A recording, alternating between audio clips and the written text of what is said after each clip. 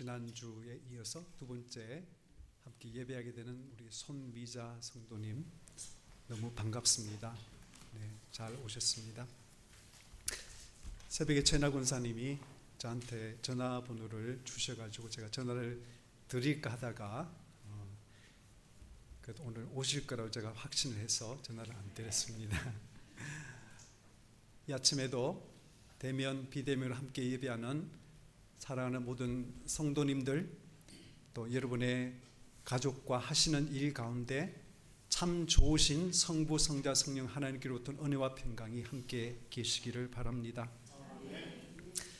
프랑스가 낳은 아주 자랑스러운 인물 가운데 블레이즈 파스칼이라는, 우리에게는 팡세라는 책으로 알려진 저자가 있습니다. 그분은 작가일 뿐만 아니라 타이틀이 참 많은데요, 심리학자이기도 하고 또 수학자이기도 하고 과학자이기도 하고 신학자이기도 합니다. 그리고 물리학자이기도 하면서 우리에게 계산기와 같은 그런 편리한 도구를 만든 발명가로도 유명한 분이지요. 그 파스칼이 자기보다 한 세대 앞선 그 이탈리아의 갈릴레오라는 사람이 만든 망원경을 가지고 나름대로 과학자의 그 눈으로 천체를 관측을 오랫동안 하다가 이런 말을 남겼습니다. 여러분, 우리 어릴 때 기억나시죠?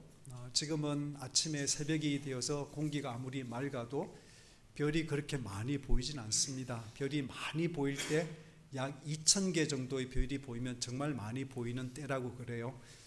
제가 어렸을 때 시골에서 동네 아이들과 그 조그만 언덕에서 공을 차다가 이제 너무 힘들면 그냥 벌떡 누워가지고 하늘을 바라보는 순간에 그 하늘의 별들이 총총하게, 그 별들이 우리 어린 그 눈 속에 막 쏟아져 내린 듯한 그런 느낌이 들 때 있었는데요. 근데 그 별을 그냥 육안으로 봐도 그렇게 많고 망망한데 망원경을 가지고 그 별 우주 세계를 관측한다고 그러면 대단히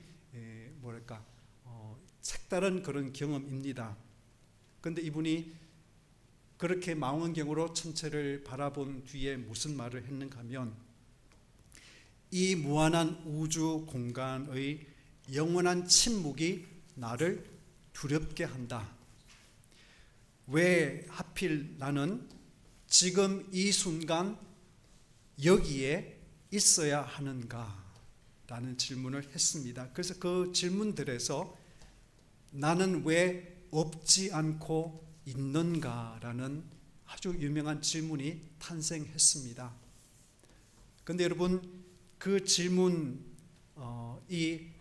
참 아름답고 우리로 하여금 근본적인 그런 마음을 품게 하지만은, 그러나 세상은 그 질문에 대해서 답을 못합니다.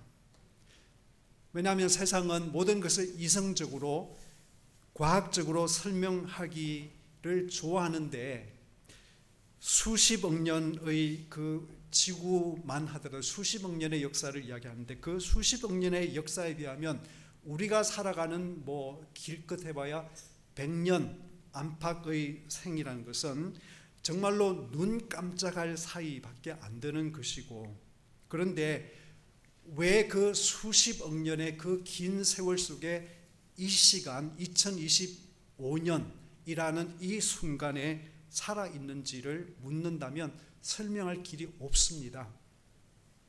우주라고 하는 무한한 그 공간 속에 비하면 지구는 작은 먼지, 창백한 푸른 점이라고 말씀드렸습니다. 작은 먼지에 해당하는 그 지구에도, 그것도 작은데 그 한 모퉁이를 차지하고 있는 우리가 왜 대한민국 경기도 안성 또는 평택이라는 곳에 살아가야 되는가? 그렇게 묻는다면 세상은 답이 없습니다. 그런데 여러분, 우리가 기다리는 성탄절은 그 질문에 대해서 모른다라고 답하지 않습니다. 살아계신 하나님께서 인간의 몸을 입고 말구에 탄생하신 그 사건은, 그리고 그 예수의 생애는, 그리고 그 예수의 인생의 가장 절정이라고 말하는 십자가와 부활은 우주의 본질에 대해서 분명하게 말씀합니다. 우주의 본질에는 설명할 수 없는 어떤 우연이나 확률 가운데 부유하는 모르겠다, 철학적으로 불가지론이 아니라 무한한 사랑이 있다고 대답을 합니다. 그래서 누군가의 말대로 이 우주의 본질은 찡그림이 아니라 미소라는 사실을 증언합니다. 그게 기독교의 시작 알리는 성탄절의 메시지이고, 저와 여러분이 이 대림절을 기뻐하고 소망하는 이유인 것입니다. 저는 오늘의 복음서 본문 말씀을 중심으로 우주의 중심, 우주의 본질이, 인생의 바탕이 찡그림이나 두려움이나 혼란이 아니라 사랑이요 생명이며 미소라는 사실을 살펴보려고 합니다. 그리고 그 사실을 믿는 우리의 자리는 어디인가라는 사실도 확인하고 싶습니다. 지난 주일에 손님들이 많이 오셔가지고 저희 집사람이 늘 하던데, 당신은 멍석만 깔면 그렇게 정신이 없어지는 것 같다고.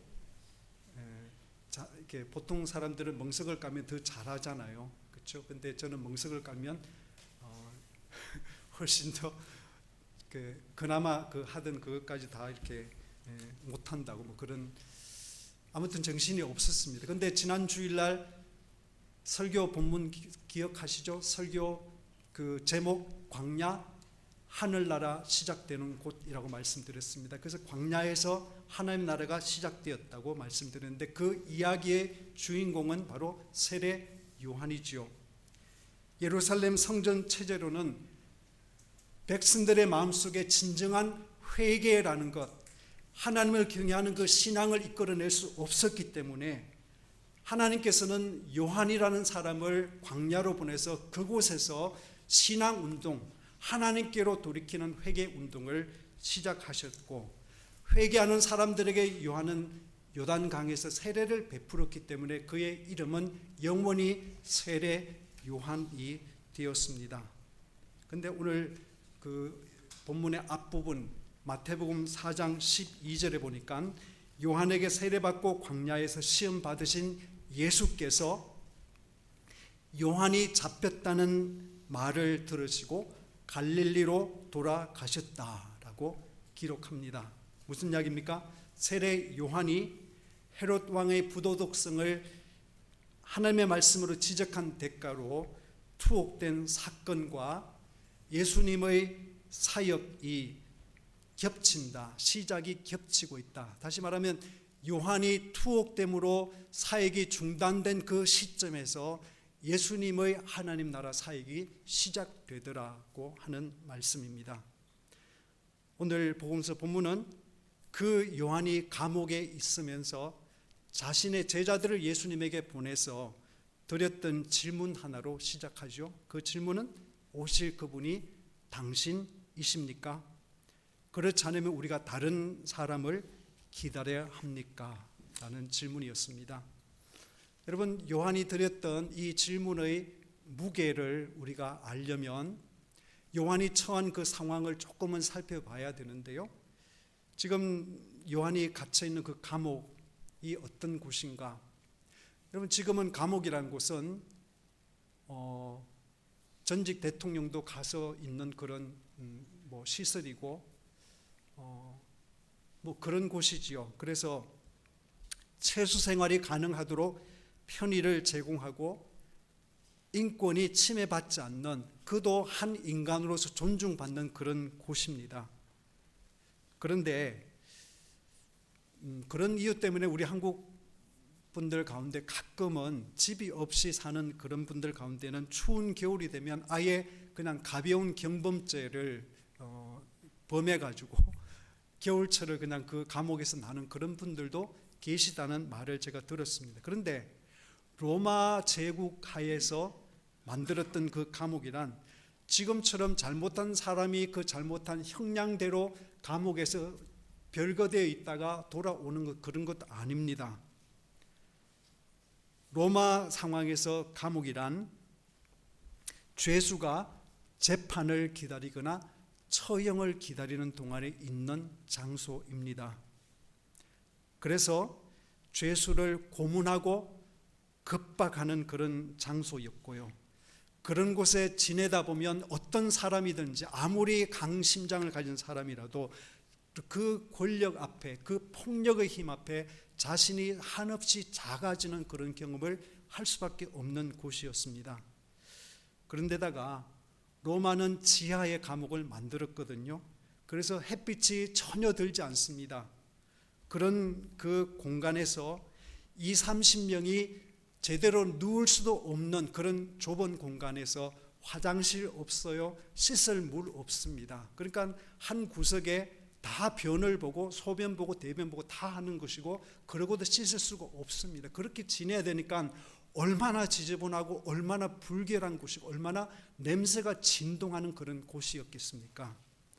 그런 곳에 지낸다는 사실 자체만 해도, 특별히 요한은 자유 영혼을 가졌던 그런 사람으로서 낙타 껍질을 걸치고 그 광활한 광야에 살면서도 메시아가 오신다, 메시아가 오면 하늘나라를 시작할 것이다 라고 하는 그 시대의 희망의 목소리를 외쳤던, 가슴 벅차게 살아왔던 그 요한에게 지하 감옥에서 그들과 같이 지내는 그 생활이 얼마나 고통스럽고 기가 막혔겠는가, 우리가 상상하기가 어렵습니다. 여러분, 유대인들이 꿈꾸고 세례 요한이 전했던 하늘나라, 천국 혹은 하나님의 나라는 어떤 곳인가요? 한마디로 새로운 질서가 지배하는 곳입니다.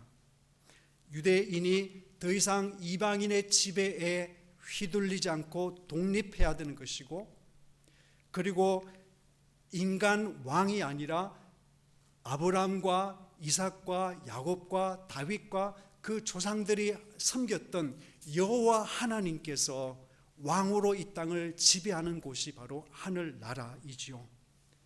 그러려면 어떤 일이 일어나야 됩니까? 유대 지역을 현재 무력으로 지배하고 있는 로마 세력을 힘으로 몰아내야 하는 것이고, 그 로마가 세운 왕노릇하게 만든 헤롯 일가를 하나님께서 제거하셔야 되고, 그 권력의 시녀 노릇을 하고 있는 예루살렘의 대제사장 가문을 하나님께서 정화하셔야지 하늘나라가 이루어지는 것입니다. 그런데 요한은 지금 여전히 강성한 그 로마의 힘을 느끼면서 지하 감옥에 갇혀 있고, 그가 갇혀 있는 동안에 하늘나라는 아직도 이루어지지 않은 것입니다. 그래서 요한은 하늘나라의 시작하실 분으로 예수 그리스도를 소개했던 그런 사람으로서 예수 그리스도가 그 사역을 시작했음에도 불구하고 흔들리고 혼란스럽습니다. 그래서 묻습니다. 오실 그분이 당신 맞습니까? 예수님, 당신이 정말 맞나요? 로마 점령이 낳은 폭력과 공포 한가운데 신음하는 우리에게 하나님의 구원과 새 생명을 가져올 그분이 당신이 맞습니까? 라는 질문을 드린 것입니다. 공포에 시달리던 요한의 그 질문은 오늘 우리 시대에도 어떤 깊은 울림으로 다가온다고 생각을 해요. 지난 여름에 제가 도서관을 이렇게 지나치다가 신문 자판대에서 언뜻 제 눈에 딱 들어왔던 그 신문 제목, 대단히 그 인상적인 제목 하나는 여름은 이제 계급이다 라고 하는 제목의 사설이었습니다. 40도를 넘나드는 뜨거운 여름은 그 더위를 피할 수 있는 에어컨을 켤 수 있는 그런 재력이 있느냐 없느냐에 따라서 계급이 형성이 된다고 하는 것입니다. 그게 우리나라만 그런 것이 아니라 그런 나라에 살고 있느냐 그렇지 못한 나라에 살고 있느냐 하는 것도 뜨거운 여름이 결정한다는 것이죠. 그래서 기후위기는 이렇게 어쩌면 미국 사람들처럼 우리들처럼 풍부하게 사는 사람들 때문에 오히려 더 뜨거운 여름을 에어컨 없이 맞아야 되는 사람들이 지구에 늘어나고 있기 때문에 불공정한 기후위기를 이야기하고 있습니다. 러시아나 이스라엘이 보여주듯이 힘 있는 나라들이 함부로 남의 나라를 침공해서 무력 행사를 하고 있는 모습이나 이민 단속과 구금시설 그리고 대규모 추방, 예측 불가한 AI 시대를 우리가 어떻게 지낼 것인가, 문명의 발달에 반비례해서 인간성은 점점 더 나빠지고 있고 사람들은 점점 더 이기적으로 국가적으로도 그렇게 움직이고 있는 이 현실을 바라보면서 우리는 질문합니다. 이 시대에 희망은 있는가? 기독교가 이 시대에 전할 수 있는 복음이란 것은 도대체 무엇인가? 교회가 이런 세상에 존재한다는 그 근본적인 이유는 또한 무엇인가? 우리는 이 세상에 무엇을 할 수 있으며 하나님께서는 이 교회를 통해서 어떤 일을 하고 계시는가? 하나님은 이 두려움의 시대에 어떻게 사람들을 여전히 하나님으로서 건져내고 계시는가? 이러한 현실과 질문은 신앙 공동체로서 우리가 어떻게 응답할 수 있는지를 고민하게 만드는 것입니다. 세례 요한과는 같은 정도는 아니지만요, 두려움과 혼란과 걱정이라는 그 감옥에 갇힌 이 시대에 질문은 요한이 예수님께 드렸던 그 질문을 같이 묻게 하고 예수님이 그 요한에게 주셨던 그 대답은 우리의 삶이 어떠해야 될 것인지를 다시 살펴보게 하는 것입니다. 예수님은 이런 대답을 주셨는데 세 번역입니다. 시각장애인이 보며, 지체장애인이 걸으며, 심한 피부병 환자가 깨끗함을 받으며, 청각장애인이 들으며, 죽은 자가 살아나며, 가난한 자에게 복음이 전파된다 하라고 하는 것이 세례 요한이 보낸 그 제자들에게 주신 예수님의 대답의 핵심이었습니다. 이 말씀은 최은숙 권사님이 읽었던 이사야 35장 본문에 나왔고 같이 봉독했던 시 146편 가운데도 나왔던 그런 내용이죠.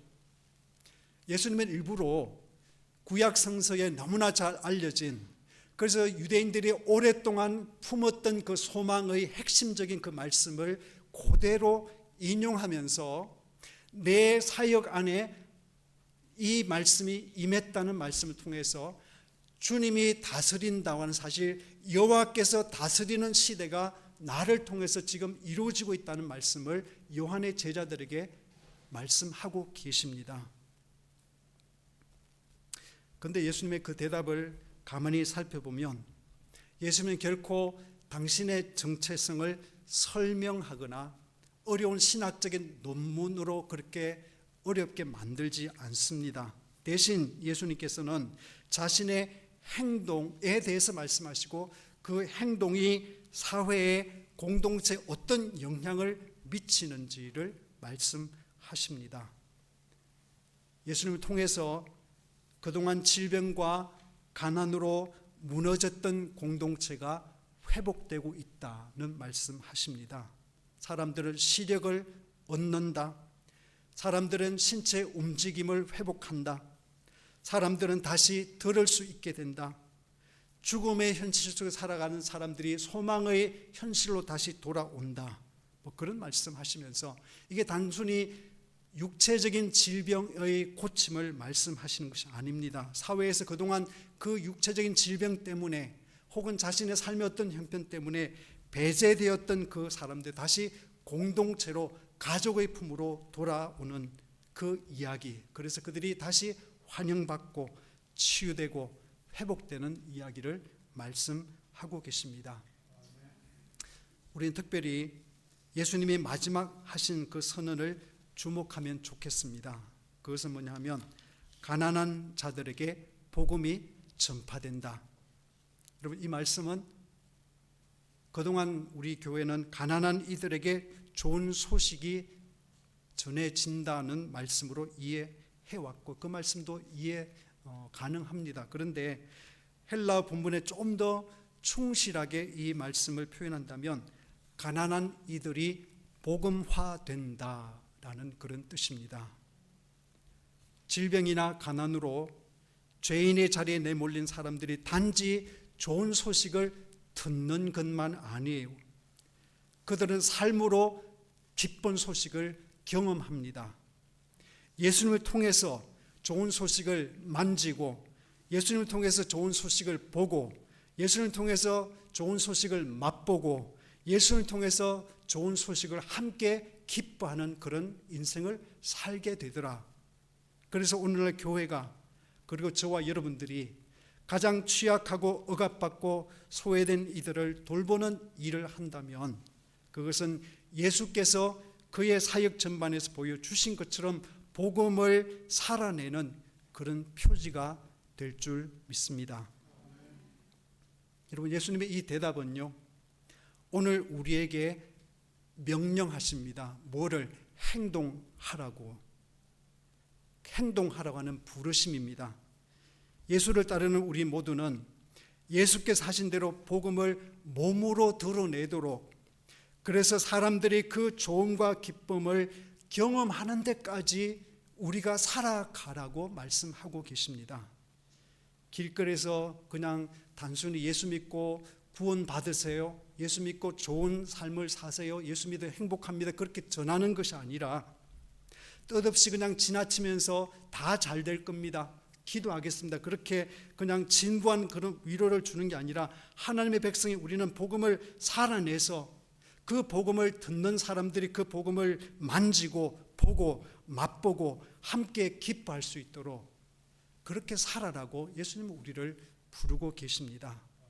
주님은 그 일을 같이 하자고 우리를 부르시고 그 일을 위해 기꺼이 우리의 도움과 협력이 필요하다고 말씀하시니 여러분, 이게 얼마나 영광스럽습니까? 우리 같은 죄인을 하나님께서 같이 일하자고, 하나님께서 너의 도움이 필요하다고, 너의 손이 필요하고 너의 발이 필요하다고 그렇게 우리를 부르신다는 사실이 얼마나 영광스럽고 감사한 일입니까? 그 초대에 응하는 우리가 우주의 본질은 찡그림이나 두려움이 아니라 하나님의 환한 미소임을 우리의 삶으로 드러낼 수 있기를 진심으로 축원합니다. 그런데 그 일은 간단하지 않고 쉽진 않습니다. 예수님 오늘 본문 12절에서 이런 유명한 말씀 하시죠. 세례 요한의 때부터 지금까지 천국은 침노를 당하나니 침노하는 자는 빼앗느니라는 말씀하시는데요. 그런데 이 본문은 굉장히 어렵습니다. 신학자들 사이에는 이 본문을 세 가지로 어떤 것도 이렇게 이것이 그 가장 중요한 해석을 이렇게 말할 수 없을 정도로 이렇게 문법적으로 갈라져 있습니다. 그런데 세 번역의 밑에 주석에 보면 이런 해석이 있습니다. 세례 요한의 때부터 지금까지 천국은 폭행을 당하나니 폭력을 행사하는 사람들이 그것을 약탈한다. 는 그런 뜻으로도 해석이 가능합니다. 그리고 저는 사실은 그 해석이 제일 그 정황에 비춰볼 때 가장 어울리는 해석이라고 저는 생각을 해요. 이런 뜻입니다. 분명히 세례 요한을 통해서 천국은 시작되었습니다. 그런데 그 요한은 투옥을 당함으로써 그 천국에 대한 세상의 항거와 폭력이 시작되었습니다. 헤롯의 손에서 세례 요한은 참수형으로 잔인하게 끝날 그의 운명은 폭력적인 사람들이 천국에 어떤 무자비한 폭력을 가할 수 있는지를 보여주죠. 그리고 예수님의 십자가는 예수님 자신과 그의 제자들에게 천국이 얼마나 또렷하고도 냉혹하게 유린당할 수 있는지를 보여주는 그런 정점이 맞습니다. 그런데 여러분, 폭력은요, 무덤을 영원히 봉하지 못합니다. 불의는 정의를 영원히 덮지 못합니다. 예수를 죽인 사람들이 예수를 죽은 자로 영원히 땅에 묻고 자신들만의 짜릿한 승리를 영원히 누리려 했지만은 그들이 묻은 것은 죽은 시신이 아니라 희망과 사랑이라는 생명을 품은 씨앗이었습니다. 이런 현실을 직시하면서 장신대에서 가르치는 차정식 교수란 분은 이렇게 말을 했습니다. 천국은 나이브하게 직선으로 뻗어가지 않고 이 세상의 폭력적 현실 가운데 질곡과 굴절을 겪어내며 곡선으로 구불구불 전개된다고 볼 수 있다. 폭력에 의한 희생을 통해 물론 천국의 영역은 꾸불꾸불 여기까지 확장되어 왔다 라는 말을 했습니다. 나경순 집사님이 3개월 전에 9월 첫째 주에 예수사랑교회를 처음 방문하신 것은 그 전에 아들이 여기를 지나가다가 우리 교회를 보고서 엄마, 저 논두렁 있는 저기에 가면 예쁜 교회가 하나 있어요 라고 했던 그 말을 기억해서 그날 어떻게 그동안 다니던 그 교회를 몇 개월 시험하면서 다녔던 그 교회를 안 가고 그날 우리 교회를 오게 됐다고 말씀을 했습니다. 참 고마운 일입니다. 제가 우리 교회 여러분이 보시는 앞면을 제가 원하는 방식으로 디자인을 해서 또 제가 아는 목사님과 같이 저 교회를 이렇게 만들었어요. 그런데 여전히 저는 좀 아쉽습니다. 왜냐하면 우리 교회 외형이 많은 분들이 예쁘다고는 하는데 너무 직선이 많습니다. 여러분, 하늘나라는 직선이 아니래요. 구불구불한 곡선이라고 합니다. 그래서 하늘나라 안에 살아가는 우리의 영적인 여정도 우리는 그냥 예수를 믿었으면 곧장 아무런 어려움 없이 돌아가는 일 없이 하나님께로 나아가고 싶고 그냥 그렇게 직진하고 싶은데 많은 경우 굽이치는 길을 돌아가야 하기에 우리는 인내심과 끈기가 필요하다고 선배들은 가르치고 있습니다. 스페인이 낳은 세계적인 교회 건축가 가우디라는 분은 말했다지요. 직선은 인간의 선이고 곡선은 신의 선이다. 또 스위스의 건축가 훈데르트 바스라는 사람은 심지어 직선에는 하나님이 없다.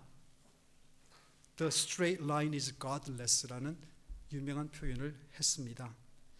여러분, 우리의 부침과 넘어짐, 하나님의 다스리심을 비웃고 돈과 권력으로 세상을 쥐락펴락하는 사람들의 저항과 반대, 인간과 민족의 자기 중심성이 빚은 이기심, 이런 것들에 막혀서 하나님의 나라는 구불구불하지만은 그렇게 돌아가야 되지만은 그러나 하늘 나라와 하나님의 가없는 그 사랑과 공의는 지금도 우리의 마음을 그리고 이 세상을 그리고 이 세상을 품고 있는 이 우주를 가득 채우고 있는 줄 믿습니다.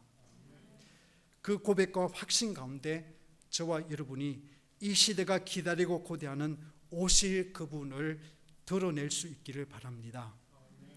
우리의 정다운 목소리로 밝은 표정으로 섬기는 손으로 미소 진 눈빛으로 함께 걷는 동행의 발길로 그리고 누군가를 다시 일으켜 세우는 따뜻한 손으로 그리고 하나님의 마음을 품은 그 뜨거운 우리의 가슴으로 누군가를 세워주고 하늘나라를 표시해내는 그런 이 시대의 표식으로 살아가기를 주님의 이름으로 축원합니다.